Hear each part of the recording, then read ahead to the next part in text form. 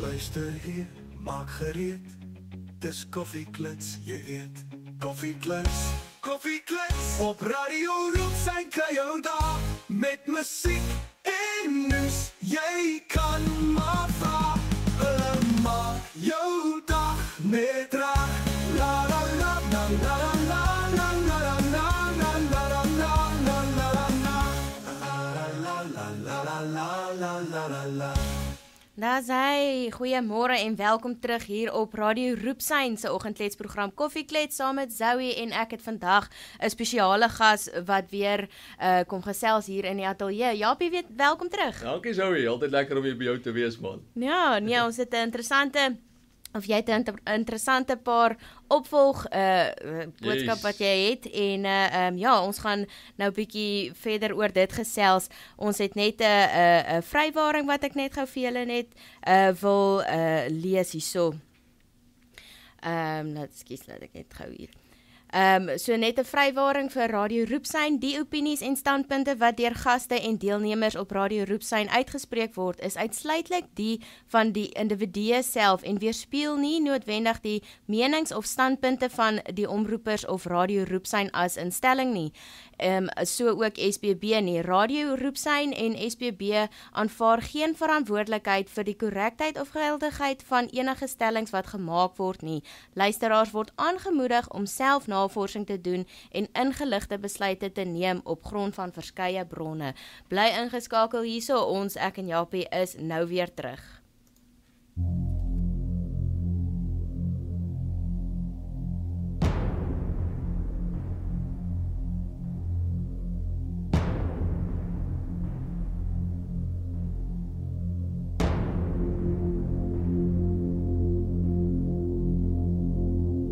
Ek sien julle, hier waar julle nou is, 100 jaar van waar ek is.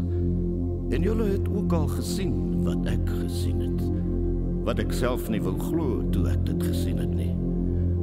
'n Volk gedruk tot die randjie van 'n afgrond, en onder in daardie afgrond 'n vallei van vuur en bloed. Die ou mense vertel dat as jy yster tot die hardste metaal wil smee, jy dit in die vuur tot wit warm verhit. En dan druk jy dit in bloed. Weer en weer. So ook is dit met 'n volk. Ek sien, julle sien. Hulle moet nog.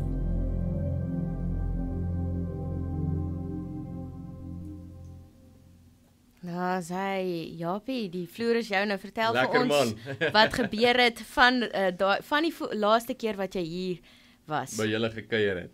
Ja, so inderdaad, daar het baie in die wêreld gebeur vandat ek laas hier by julle gekuier het, baie. En alles gebeur steeds in die lyn met dit wat Siener van Rensburg dan ook voorspel het. En dis baie belangrik. 'n Mens moet altyd opweeg en altyd aanhou lees om te sien wat gebeur in die wêreld, lees Siener wat gebeur. Want 'n profesie verstaan jy maar eintlik wanneer hy manifesteer. So ons moet heeltyd kyk rondom in die wêreld en vergelyk met wat Siener sê en dan sal ons tred hou met wat die ou man ook vir ons voorspel het. Nou ja, soos ek sê verlede keer toe ons hier was, daar het baie gebeur intussen in die wêreld en ook plaaslik vandat ons laas hier was. Maar ek het verlede keer die grondslag gelê van Siener se visioene. En daarom wil ek tog vir die luisteraars aanmoedig om ook daai onderhoud met my en jou te gaan luister. Ek dink dit sal hulle baie help voordat hulle dan ook na hierdie een luister, maar hulle is ingeskakel, so ek vertel nog steeds, ek hou nooit op nie. Never mind. Maar die groot teken Zoe van ons tyd, op die tydskaal of die tydlyn, waarin ons huidig bevind, bly steeds Ierland en Duitsland. En ook in 'n mindere mate Engeland, waar ek gou kortliks ook net vir ons weer wil inlig en wil uitbrei. Nou, Klasie of Siener het gesien dat God 7 plaae oor Engeland sal stuur, hier aan die einde, wat dan ook éventueel sy Engeland se ondergang gaan beteken. Dit sê Siener, doen God aan Engeland as haar vergelding vir wat sy dan ook aan ander lande gedoen het. Ook hier by ons, met ons vrouens en kinders in konsentrasiekampe en. Nou in die 4de plaag van hierdie 7 plaag, wat Siener dan nou gesê het oor Engeland sal kom, sê die Siener staan Duitsland by Amerika. in die tyd van 'n derde wêreldoorlog. En dis 'n baie groot teken wat ons moet highlight, almal wat siener lees, merk dit definitief met 'n highlighter. Die 4de plaag sê Duitsland staan by Amerika. Nou volgens die siener sou die derde wêreldoorlog begin in die ooste van Europa. Met 'n ander keer sê hy weer die geskil wat dit sal trigger, as ek die woord kan gebruik, sal wees weens 'n grondgeskil in die ooste van Europa. En by 'n ander geleentheid beskryf hy dit weer as 'n burgeroorlog in Rusland. Alles verwys na dieselfde begin van die derde wêreldoorlog. Nou as ons gaan kyk na die geskiedenis van Oekraïne, want dis die oorlog van ons dag, wat nou algemeen in die nuus is, dan sien ons dat Oekraïne sedert 1917 bestaan het uit 1, the Ukrainian People's Republic, die UPR, met Kiev as hoofstad in die ooste van Oekraïne, sedert 1917, en die Western Ukrainian People's Republic of die WUPR sedert 1918. Natuurlik dan nou aan die weste kant. Maar na die Sowjet-Ukrainian oorlog in 1921 was die oostelike deel van Oekraïne deel van die USSR. Dis baie belangrik, né? Nou bekend na die oorlog as die Ukrainian Soviet Socialist Republic, wat dit dan ook bekend gestaan het. Hiervandaan was die oostelike gedeelte van Oekraïne deel van die USSR. En dit was vir die volgende 70 jaar plus minus, was daai deel van Oekraïne deel van die Sowjetunie gewees. Maar na die verbrokkeling van die Sowjetunie in 1991, was daar 'n referendum deur die Ukrainian Soviet Socialist Republic uitgeroep, en die verkiesing het beslis dat Oekraïne nou 'n onafhanklike staat word, wat dan ook gebeur het in Desember 1991.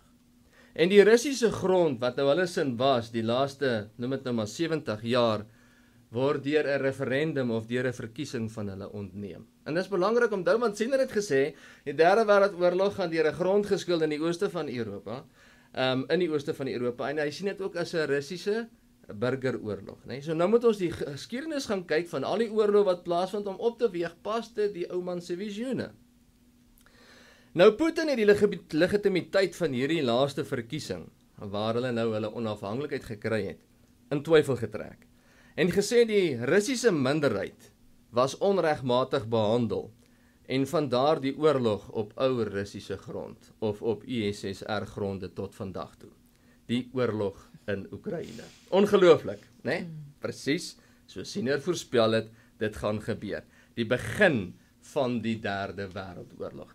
Hiervandaan sal dit net eskaleer. Dit gaan by partye minder lyk of dit gaan aangaan, maar dit gaan weer vlam vat. Dit sal éventueel uitloop op 'n volskaalse derde wêreldoorlog, alvorens Siener dan ook. Maar Siener by uit en sê dat daar in die tyd, ook wanneer die derde wêreldoorlog nou begin hier in die ooste van Europa, of 'n burgeroorlog in Rusland weens 'n grondgeskil, sal daar in die tyd ook 'n toeloop wees van gekleurde mense, dan ook in Europa. Hy noem dit spesifiek Engeland se swart probleem. Nou ons sien dit al hier van die 90er jare af met die immigrante krisis wat dan ook in Europa ingestroom het, die illegal immigrants, soos hulle dan ook bekend staan. Nou by 'n ander geleentheid beskryf Siener dit, hierdie swart probleem, as 'n swart slang wat hom gaan opkrul dan ook in Engeland. Baie interessant, hy noem dit spesifiek so, ons gaan nou meer daarna kyk. Maar nietemin, Siener sien hierdie hele scenario van die instroming van die swart slang of die gekleerdes dan in Europa en veral Engeland waar hy hom gaan opkrul, en dan ook hierdie hele besigheid van die oorlog, die burgeroorlog in Rusland en Oekraïne as die begin van alles. Dis die begin van alles. En hierdie swart probleem noem hy nogal die swart slang wat hom gaan opkrul in Engeland, sien Siener dit is die begin van Engeland se ondergang. Dis die begin van sy ondergang. Nou sou hy met King Charles wat nou die moslems geprys het met sy Easter toespraak, nou die 20ste April 2025, kos dit nie veel om te sien wat die Siener bedoel het, dat Engeland besig is om te val weens die swart probleem nie. Waardes word verander, konservatiewe volksnasionaliste in Engeland word vervolg, soos ons almal ken die bekende naam Tommy Robinson, en alles wat liberaal en woke is word gepromoveer. Dis nie geheim nie, dis algemeen dan ook op die media en in die nuus. En hierdie tendens sien ons letterlik in die hele Europa en selfs ook hier by ons. En al die westerse lande speel dit prominent af, oral. Selfs lees ek nou in België, in Brussels en daai dele, dat Dries van Langenhoven, 'n konservatiewe jongman, ook nou gearresteer gaan word omrede hy staan vir vryheid van spraak. Presies soos Tommy Robinson. Maar alles word gesensor deur die media. Daarom weet min mense van wat daar werklik gebeur en min weet wat hier gebeur. Maar selfs dit het Siener gesê, hierdie sensor wat hulle ons gaan sensor. Hy het gesê in Europa is daar 'n dik muur, 'n muur van sensuur het hy dit genoem. En agter die muur draai die wolke, met ander woorde daar's onrus, daar's geweld, daar's protes, daar's optogte. Maar ons weet nie daarvan nie. Daar is onrus en geweld, maar dit word uit die media uitgehou. Hy sê dit gaan al ver gevorderd wees voordat ons dit eers hier gaan weet. Met ander woorde voordat dit in die media kom, voordat ons media daaroor gaan berig. Ek meen as dit nie vir sosiale media was nie, het nie een van ons eers geweet wie Dries van Langenhoven was nie. Verstaan jy? So dis presies wat Siener gesê het gaan gebeur. Hy het dit geprofeteer, die sensor, die dik muur, maar agterdraai die wolke. Nou terug by Duitsland. Zoe, ek en jy het in Februarie gepraat, dit was net voor die verkiesing, dan in Duitsland, die nasionale verkiesing. En ek het nog prominent genoem en verwys na die AfD-party, wat 'n konservatiewe party is, wat volgens die voorverkiesing opnames wat hulle dan ook gehou het, se steun op 20% gestaan het, in daai tyd, toe ek en jy laas gepraat het. Nou ja, vandag is nou 'n paar dae later, die verkiesing het gekom en die verkiesing het gegaan, maar ek het ook genoem, dat daar iets in Duitsland moet gebeur, want ons het mos nou gesien, Duitsland moet by Amerika staan, en op die stadium, sit ons met 'n konservatiewe Donald Trump, en met 'n Friedrich Merz, wat absoluut liberaal is. So op die stadium kan dit nie gebeur nie. Daarom dan, alwel die derde wêreldoorlog in Oekraïne reeds aan die gang is, moet iets in Duitsland gebeur. Die konservatiewes moet op die voorfront kom, of in beheer van sake wees, sodat 'n Donald Trump of 'n FSA by 'n Duitsland kan kom. Kan saamstaan, soos Siener dan ook gesê het. Daarom hou ons dit fyn dop, wat dan ook daar aan die gebeur is. Siener het mos gesê, die wit boontjies, die gesig van hom oor die wit boontjies, kom uit sy sak uit en dit gaan oor die hele Europa. Dit begin in die weste en dit gaan oor Europa. En wit boontjies dui op 'n wit erflike eienskappe. Nou dit het begin in die weste, dit het begin met Donald Trump, reeds in sy eerste termyn, toe weer Biden, toe weer Trump, en hy het letterlik nou na sy laaste verkiesing die hele wêreld omvergegooi. Wie het gedink dat een man in staat kan wees om dit te doen? Maar alles pas steeds by dit wat Siener gesê het. Want die idee van wit boontjies of erflike eienskappe het soos 'n veldbrand ook in Europa versprei. Ons het verlede keer toe ek met jou gepraat het, ons gekyk na toe die AfD 'n kongres gehou het, toe Elon Musk geskype het en met hulle gepraat het en gesê het hy steun hulle ten volle. So ons kan sien wie moet voorkom en wie moet die leiersels oorneem om 'n vervulling te kan wees van wat Siener gesê het, Duitsland staan by Amerika. En dis die AfD. So hy gee vir ons 'n klein ligpuntjie om te sien, hou dop, kom ons kyk, is dit wat Siener gesê het, en. Daar moet 'n konservatiewe oplewing in Duitsland wees, op die spel kom, wat huidig nie die geval is nie, voordat ons kan kom by wat Siener sê, Duitsland staan dan ook by Amerika, en die enigste op die stadium wat regtig vinger opsteek, is dan ook die AfD dan ook in Duitsland. Nou ja, met die verkiesing van Duitsland in Februarie, dan nou ook verby, het die AfD-party geweldig presteer. In 2021 het hulle hulle steun gestaan op 10,4%, en hy het letterlik verdubbel in die onlangse verkiesing. Hy het gestaan op 20,8%, hy het letterlik verdubbel. So hoewel die AfD-party nie die verkiesing gewen het nou in Februarie maand nie, het hulle geëindig op 20,8% van alle stemme, wat hulle die grootste party nou in Duitsland maak. Baie belangrik, nee. Die verkiesing was toe wel gewen deur 'n alliansieparty van die CDU en die CSU, die Christian Democratic Union en die Christian Social Union, wat gesamentlik toegestaan het op 28,5% van die stemme. So met die AfD as alleen op 20,8 en hierdie gesamentlike alliansieparty op 28,5, is dit regtig iets wat ons aandag moet trek. Ons moet dit met ons wenkbroue lig. Maar sou jy stop egter nie hier nie. Frederik Mers het in sy voorverkiesingsveldtog gesê dat sou die kiesers nou vir sy CDU party stem, sy party wat nou bestempel word as sentraal konservatief, eintlik maar liberaal, maar dit is nou maar die term wat hulle gebruik, het hy gesê, sou hulle vir hom stem, dan is daar die belofte dat hy die grense van Duitsland weer strenger sou beheer. Wat mos nou die probleem is, wat Siener gesê het, die immigrante stroom in Europa in, van waar hulle begin, hulle swart probleem. So al hierdie goed moet ons sien as puzzlestukke wat inskakel, om die prentjie te sien, van waar die ou man hoeveel 100 jare wat terug dan ook gesien het. Goed. Nou, hy het nou vir die volk beloof, hierdie Frederik Mers, dat sou hulle vir die CDU stem, die kiesers, dan gaan hy strenger beheer oor Duitsland se grense dan ook uitoefen. Dit het hy gesê op 23 Januarie 2025 na 'n mesaanval in Bavaria, toe 'n onwettige immigrant klomp kinders met 'n mes dan ook aangeval en vermoor en beseer en het. Die berigte is algemeen bekend. Maar na die verkiesing toe in Februarie maand, toe Frederik nou die posisie kry wat hy wou gehad het met sy alliansiepartye op 28% van die stemme, draai toe teen sy eie woord en ontken dat hy gesê het hy gaan strenger grensbeheer dan ook toepas in Duitsland. Nou dis 'n resep vir moeilikheid. Tipies politikus, as ek in aanhalingstekens kan sê, maar dis 'n resep vir moeilikheid. Direk daarop het Alice Weidel, een van die prominente figure van die AfD, vir Frederik Mers beskuldig van verkiesingsbedrog, omrede hy die beloftes gemaak het en die stemme toe na hom toe getrek het, maar daar niks van gekom het nie. Maar, soos dit in die lewe werk, hulle sê al loop die leuen hoe snel, die waarheid agterhaal hom wel. En is presies wat besig is om nou met ou Frederik te gebeur, Frederik Mers te gebeur. Dit kom altyd met 'n prys. In die nuutste opnames of die polls, soos wat hulle dit noem, het die AfD op 25 April, dit is nou minder as 'n maand gelede, sy steun gestaan op 26% van die kiesers se steun, terwyl die CDU-CSU alliansie op 25% gestaan het.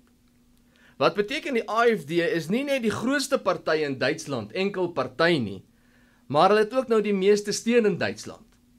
Ongelooflik. Terwyl hulle maar 10,4% gehad het in 2021. Kyk, nou is hulle die sterkste party in Duitsland. Hou nou in gedagte, die Derde Wêreldoorlog is reeds aan die gang. So die goed moet ons nou sien, dis die rolspelers waarmee ons te doen het, dis wat Siener gesien het, want sy tekens is op die tafel. Sy kaarte is daar, verstaan?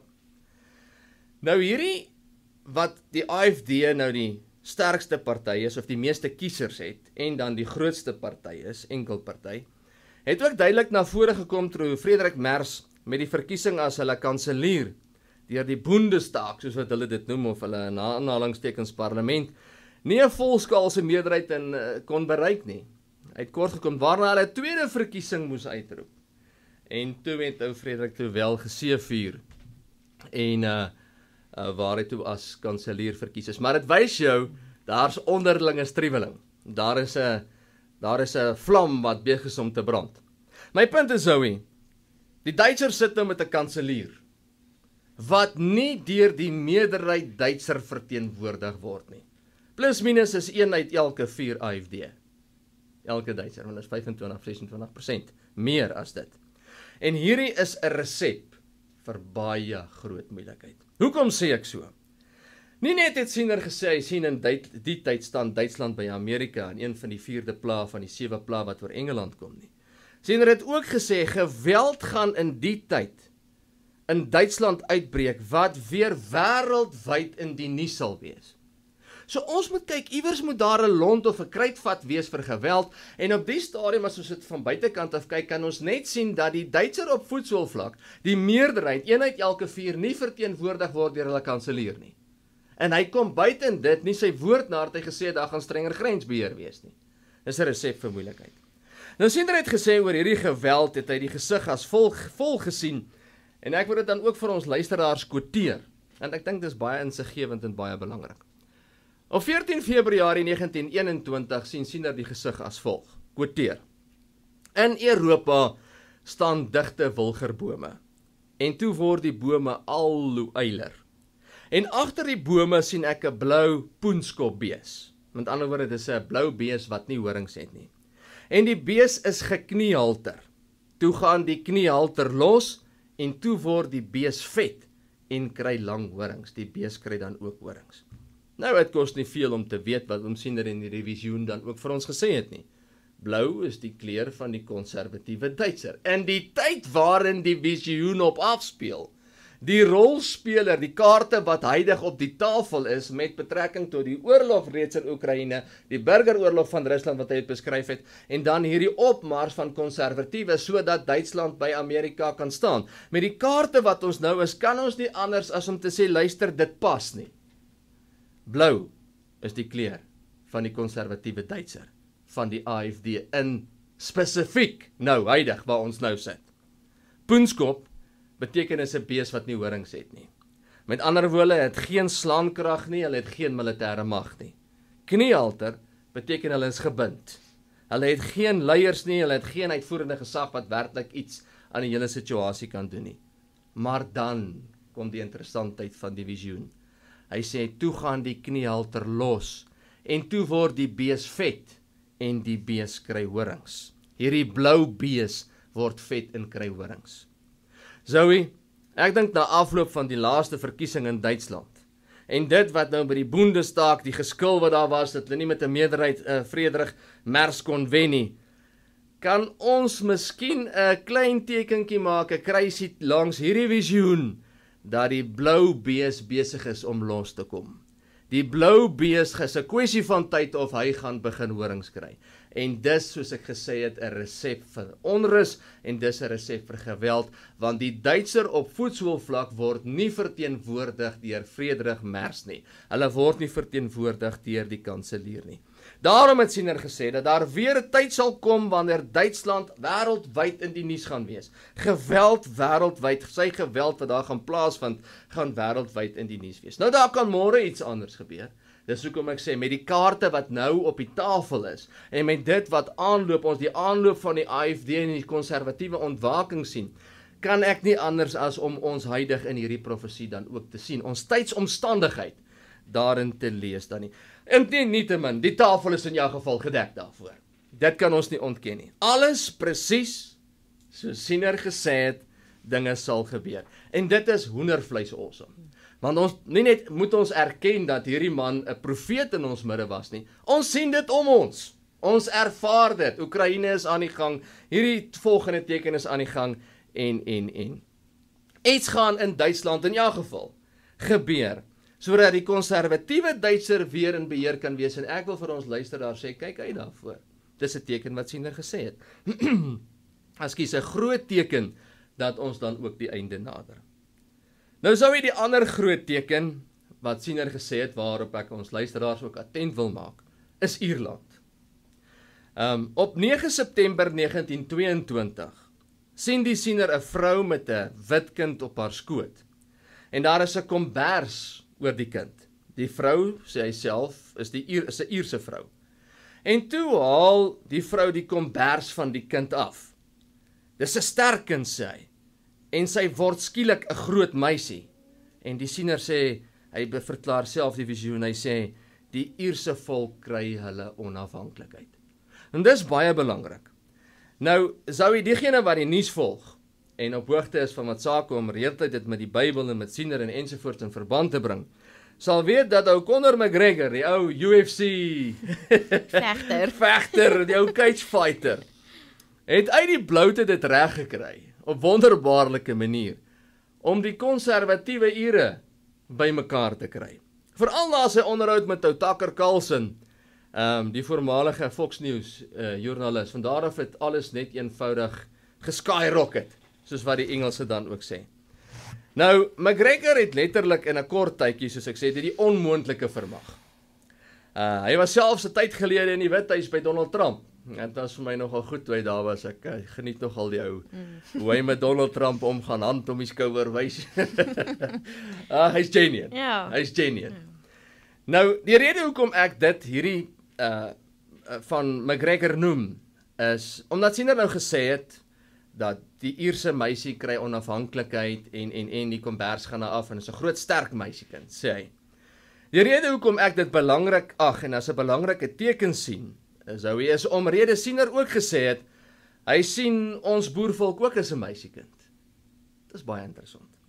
Hy sê eers sien hy ons meisiekind wat nou van toepassing is op die boervolk is klein. Hy sê maar dan word die meisiekind groter. En sodra die meisiekind mondig is, sien hy ons volk is vry en onafhanklik. Maar hy sien die Ierse meisiekind is net voor ons meisiekind. En sy is so bietjie ouer as ons meisiekind was sy woorde gewees. Waaraan beteken hulle die Ire gaan hulle vryheid net voor ons kry. Met ander woorde, dis 'n direkte teken vir my en vir jou om dop te hou. 'n Puzzelstukkie wat in plek moet val, soos voordat ons gaan weet wat hier by ons eventueel gaan kom en wat hier by ons eventueel gaan gebeur, is om dan die Ire ook dop te hou. Hulle meisiekind se kombers moet afgaan, die Ire moet eers vrykom voordat ons hoegenaamd na ons kan kyk. Voordat ons meisiekind hoegenaamd, want hulle meisiekind is ouer as ons meisiekind, sê die Siener. Hulle word voor ons dan ook vry. So, vir die luisteraars, maak 'n knoop in jou oor. Dis nog iets wat dopgehou moet word. Saam met Duitsland is dit 2 groot tekens. Voordat ons enigins na ons kan kyk, moet ons daarna kyk, anders mors ons dan ook ons tyd. Nou die laaste teken, wat ek ook wil aanhaal, wat belangrik is, want dit is groot tekens wat nie gemanipuleer kan word nie, is dan ook Engeland. Siener het gesê dat daar nog in die tyd of 'n tyd sal kom, dat die Britse pond so min werd sal wees, dat jy jou huis in die binnekant daarmee kan uitplak. Nou met die pond wat so sterk is en al hoeveel jaar die sterkste eenheid is dit groot woorde van hom om te sê dat die Britse pond nog so min werd sal wees, dat jy jou huis daarmee kan uitplak. Nou dit het hy gesê sal gebeur omdat die FSA vir Engeland finansiëel sal insluk. Ok, so daar kom Donald Trump alweer in spel, en outomaties gaan daar nou klomp goed deur ons gedagtes met hierdie nuwe trade deals en goed wat hy doen en klomp puzzlestukke sit outomaties op die spel, kom outomaties op die spel, net deur dit te vergelyk wat hy hier gesê het, wat ook huidig in die wêreld besig is om af te speel. Nou, die gebeure wat hy gesê het, dat Amerika vir Engeland finansiëel sal insluk, word regtig al meer ook 'n moontlikheid.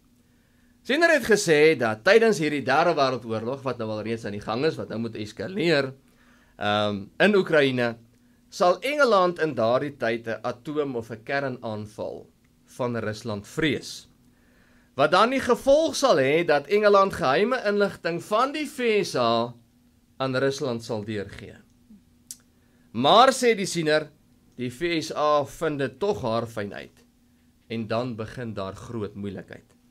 Nou met ou Keir Starmer, wat die oorlog in Oekraïne aanblaas en aanpor, dis algemeen bekend, wat nou al hierdie dinge doen, wat alledaagse wêreldwyd in die nuus is, en Donald Trump wat vrede wil hê, so die een por dit aan en die een wil vrede hê, sit hierdie 2 here nie om dieselfde vier nie. Ja, die openbaar en die wit huis sal die een die ander op die skouer klap en sê, ja, in my land is vryheid van spraak, maar Tommy Robinson is in die tronk. Verstaan jy? So agter die gordyn weet ons nou nie presies wat aangaan nie, maar volgens profesie sal daar maar onderlinge streweling wees tussen Donald Trump en nou Keir Starmer. En met Nigel Farage se Reform the United Kingdom UK Party, wat nou hierdie week in die tussentydse verkiesing baie goed presteer het, ek dink hy dien nou as die amptelike opposisie, raak die stoel vir ou Keir Starmer al hoe warmer. En wat sê die spreek? Benoude katte maak benoude spronge. So ek sê nou nie ou Keir gaan nou vir FSA verraai nie, verstaan mooi, dis nie wat ek sê nie. Maar ek hoop vir sy part nie, hy doen dit nie. Ek hoop regtig nie, hy doen dit nie, want dit sal baie onverantwoordelik wees. Volgens die profesie, dan ook in elk geval.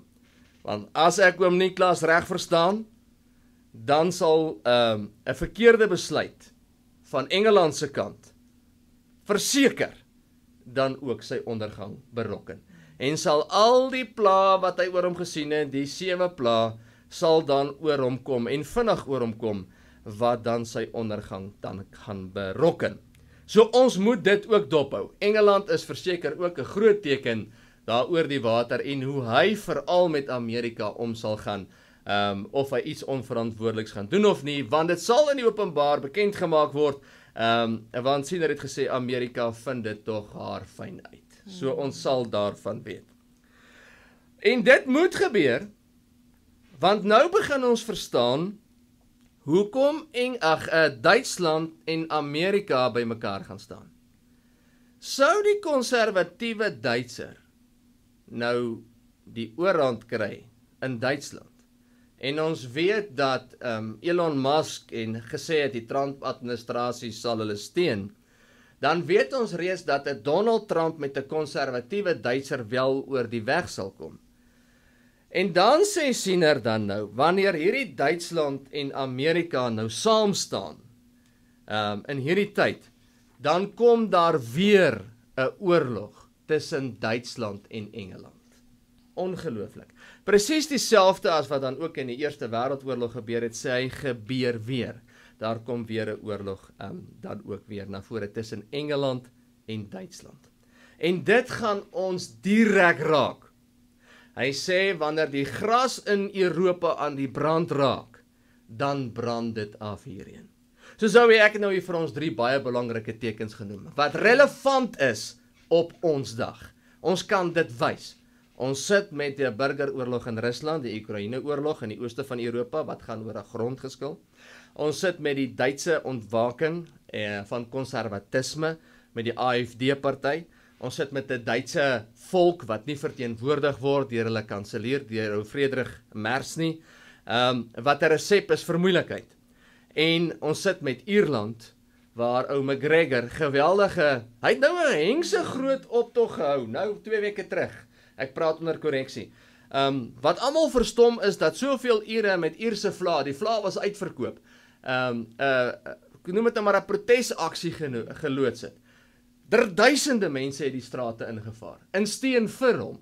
So ons sit met Duitsland, ons sit met Ierland, en ons sit met 'n groot vraagteken agter Engeland, wat sy dan volgende gaan doen, wat vir ons gaan wys, hoe Duitsland en Engeland in 'n oorlog betrokke gaan raak, in die oorlog waar Duitsland en Amerika hande gaan vat.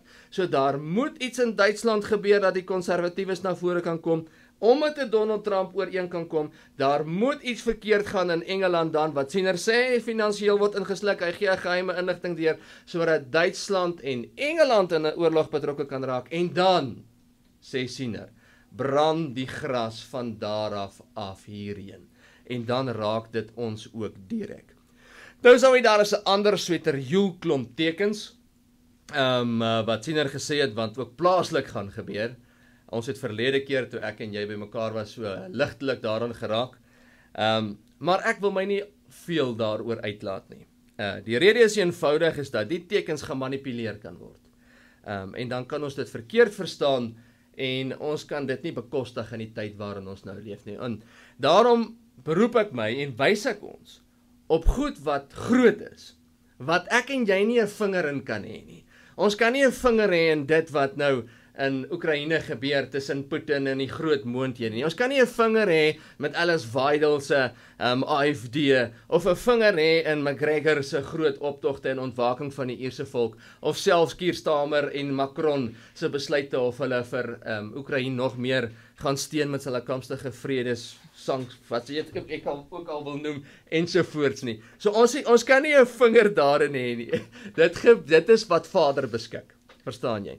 Maar plaaslik het hy ook klomp tekens gesien plaasvind, onder andere wat ek nou hier vir ons wil lees. Hy sê, op 10 Januarie 1926 sien hy ons volk leef van brood en water.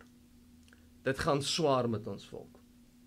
Hy sê, maar dan kom daar 'n wingerdloot tevoorskyn met 'n tros druiwe aan. En wingerd dui altyd op geloof, die geloofsaspek. En Siener sê dat hy sien ons volk van brood en water sal leef, totdat ons van daardie wingerd geëet het. En dis bitter belangrik. Met ander woorde, ons geloof moet eenvoudig hervorm. Met 'n ander geleentheid het Siener gesê, ons geloof moet die hervorming van Nehemia ondergaan.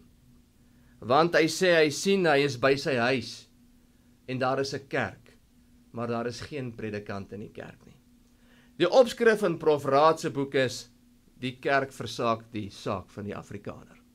So was dit in die verlede gewees, en lyk my, ons kan met trane in ons oë sê, dit is wat nou huidig weer gaan afspeel. Volgens die Siener alvorens, dit is sy woorde gewees.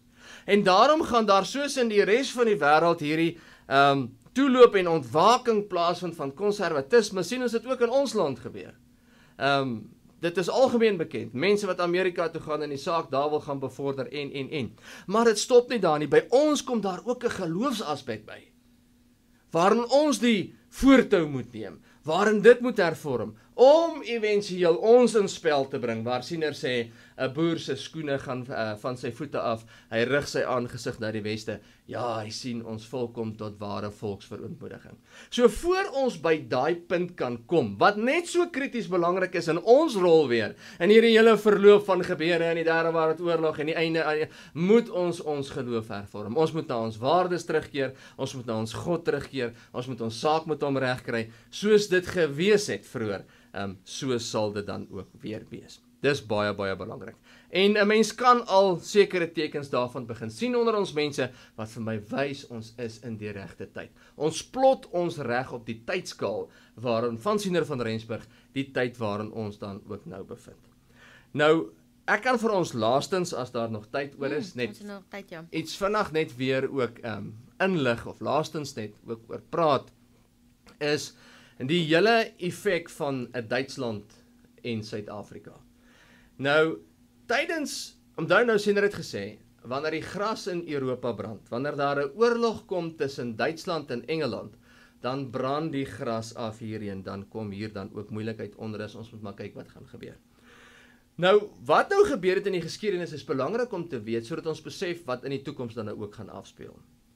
Met die Tweede Vryheidsoorlog, die Anglo-Boereoorlog, wat geduur het van 1899 tot 1902, was daar verskriklike verraad dan ook in boeregeleedere.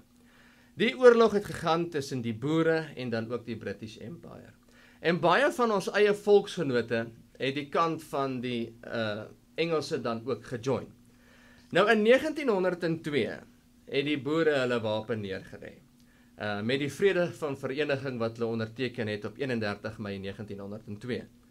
Maar die boere-generaals het ooreengekom dat hulle nou net die wapen neerlê, maar dat wanneer Engeland ooit in die toekoms weer in 'n oorlog betrokke sal raak, dan hys hulle die vierkleur, neem die wapen op en veg weer vir die vryheid van hulle republieke, die Transvaal en dan ook die Vrystaat. Nou so onderteken hulle toe die vrede van vereniging, baie van ons families wou nie, die bittereinders, en my eie familie is soms baie weggevoer na Sint Helena. Hulle het nooit weer teruggekom nie. Maar nietemin, die boere-generaals kom ooreen dat hulle wapen neerlê en die eerste oorlog waarin Engeland weer betrokke sal raak, hys hulle die vierkleur en veg vir hulle vryheid. Nou 'n paar jaar verloop, dit was in 1902. En in 1910, op 31 Mei 1910, word Suid-Afrika die Unie van Suid-Afrika.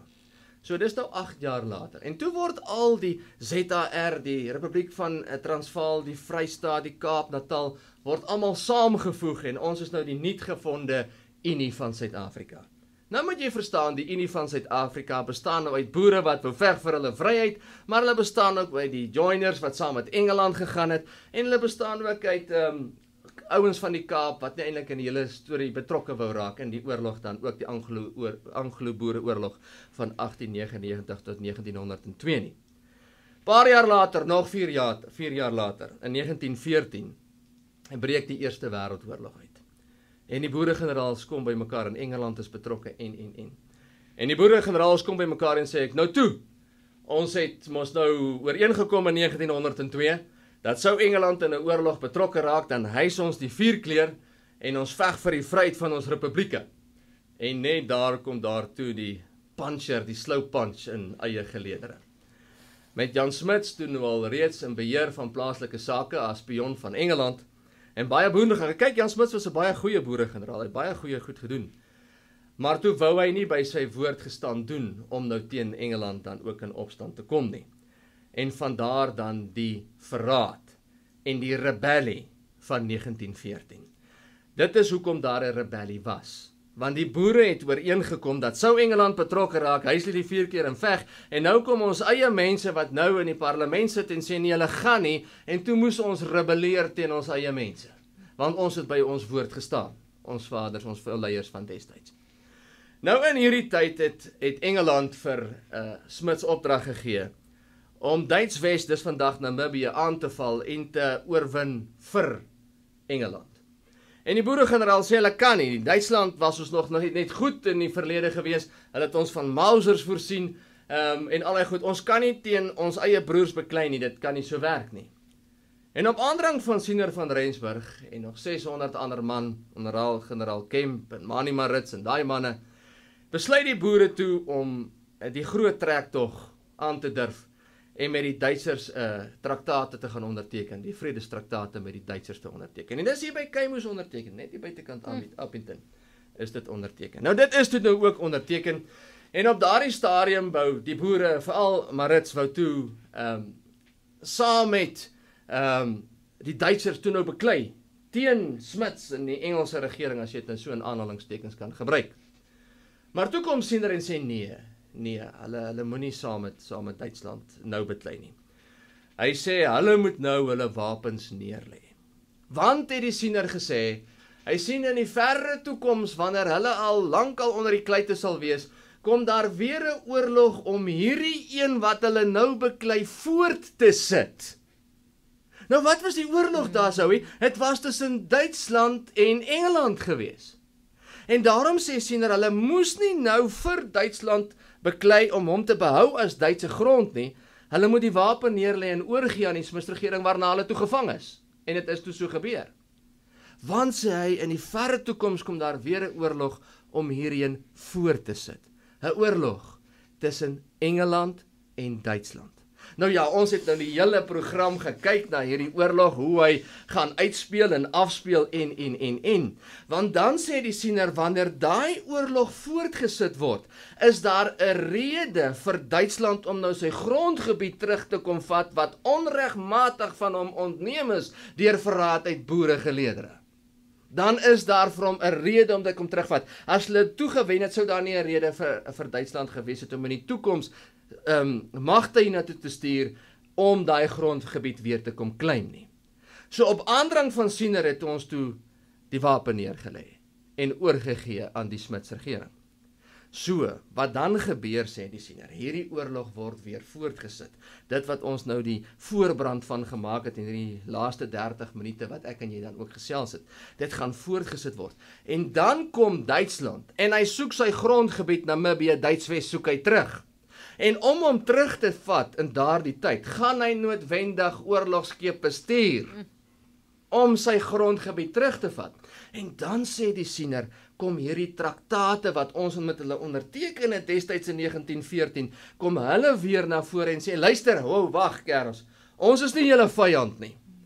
Ons is uitverkoop, net soos wat julle daarbo ook onderdruk was, gekniehalter was, die blou os ook gekniehalter was, sy horings was afgesny. So was dit presies dieselfde geval met ons. Ons wou nie teen julle in 1914 die wapen opneem nie. Hier is die traktate.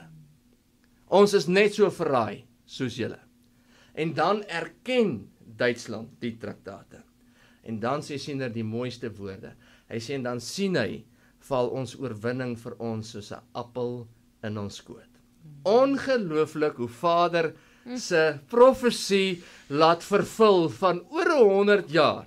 Hoe dit gebeur en hoe hy presies gesê het, dit sal gebeur. Nou daar's nog baie, verstaan mooi, water om in die see te loop.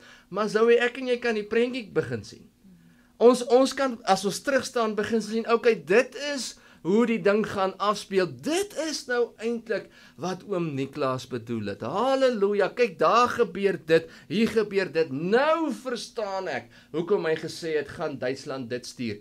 Want een profesie wat hy ook gesê het, wat baie belangrik is, Hy sê wat die wêreld gaan skok. Hy sê wanneer hierdie konservatiewe Duitser nou gaan oorvat. Hy sê maar as 'n man met 'n blou pak en 'n wit boordjie, hy sê wanneer hy gaan oorvat, dan kyk hy hierheen. Baie interessant, hy soek sy grondgebied. Want in daardie spel van Derde Wêreldoorlog word die Suidsee roete weer baie belangrik. So nie net is dit strategies vir Duitsland om in die oorlog hulle grondgebied te kom terugvat, Suidwes terug te vat nie. Dit is 'n belangrike setel in hierdie hele chaotiese spel wat nou afspeel hier in die res van die wêreld, die Derde Wêreldoorlog. So my punt is, ons gaan nie eintlik 'n groot rol hier hê nie. Ons moet net ons voorberei wettiglik so ver as wat ons kan en ons saak met God reg kry. Verstaan jy? Dis ons kritiese ding wat ons in hierdie tyd moet doen, sodat Vader ons begenadig kan wees en daai kan laat manifesteer. Sien dit prominent gesê, keer op keer. Ons is 'n geloofsvolk. Ons moet ons geloof reg kry en daarvoor moet ons geloof dan ook hervorm. Om dan hierdie dinge te laat gebeur, sodat Duitsland kan kom, en dan brand die gras van daar af hierheen. En kan ons dan hier sports verwag.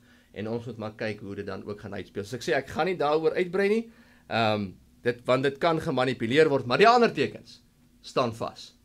Ons kan dit nie ontken nie, en die mense moet erken, dat Siener waarlik 'n profeet was. So Zoe, dis my bydrae vir die dag. Nee, dankie vir dit. Van ons luisteraars het ook ingestuur, baie dankie Japie, dis baie insiggewend. En so nee, die mense het geluister en ek glo hulle het. Nee, baie dankie. Ek gaan net gou weer die vrywaring lees. Jy kan 'n slukkie water vat. Ek seker jy is al bietjie dors. So net 'n vrywaring vanaf Radio Roepsyn en SBB af. Die opinies en standpunte wat deur gaste en deelnemers op Radio Roepsyn uitgespreek word, is uitsluitlik die van individue self en weerspieël nie noodwendig die menings of standpunte van die omroepers of Radio Roepsyn en SBB as instellings nie. Radio Roepsyn aanvaar geen verantwoordelikheid vir die korrektheid of geldigheid of enige stellings wat gemaak word nie. Luisteraars word wel aangemoedig om self navorsing te doen en ingeligte besluite te neem op grond van verskeie bronne. Nou toe Japie, van my kant af wil ek vir jou baie dankie sê. Groot plesier. En ons gaan weer gesels. Ons gaan definitief weer gesels. Ons maak hy ding so, waardeer man. Goed. Dankie. Nou ja, toe. Hoekom die storie vertel? Enige nasie, net soos enige mens, wat nie onthou wie hy was nie, sal nie weet wie hy is nie, en kan nie droom oor wat hy nog kan wees nie. Maar dit is makliker om te kyk as wat dit is om te sien. Hulle noem my Siener van Rensburg. Ja, ek sien. Maar elke mens, elke volk, elke land, as hy versigtig kyk met die oë van sy siel, sal hy dit sien. Al lyk die toekoms hoe dood, hoe donker. 'n klein kool wat gloei in die wit as van sy verlede. En al wat nodig is 'n klein stukkie harde hout en 'n wenkie van verandering.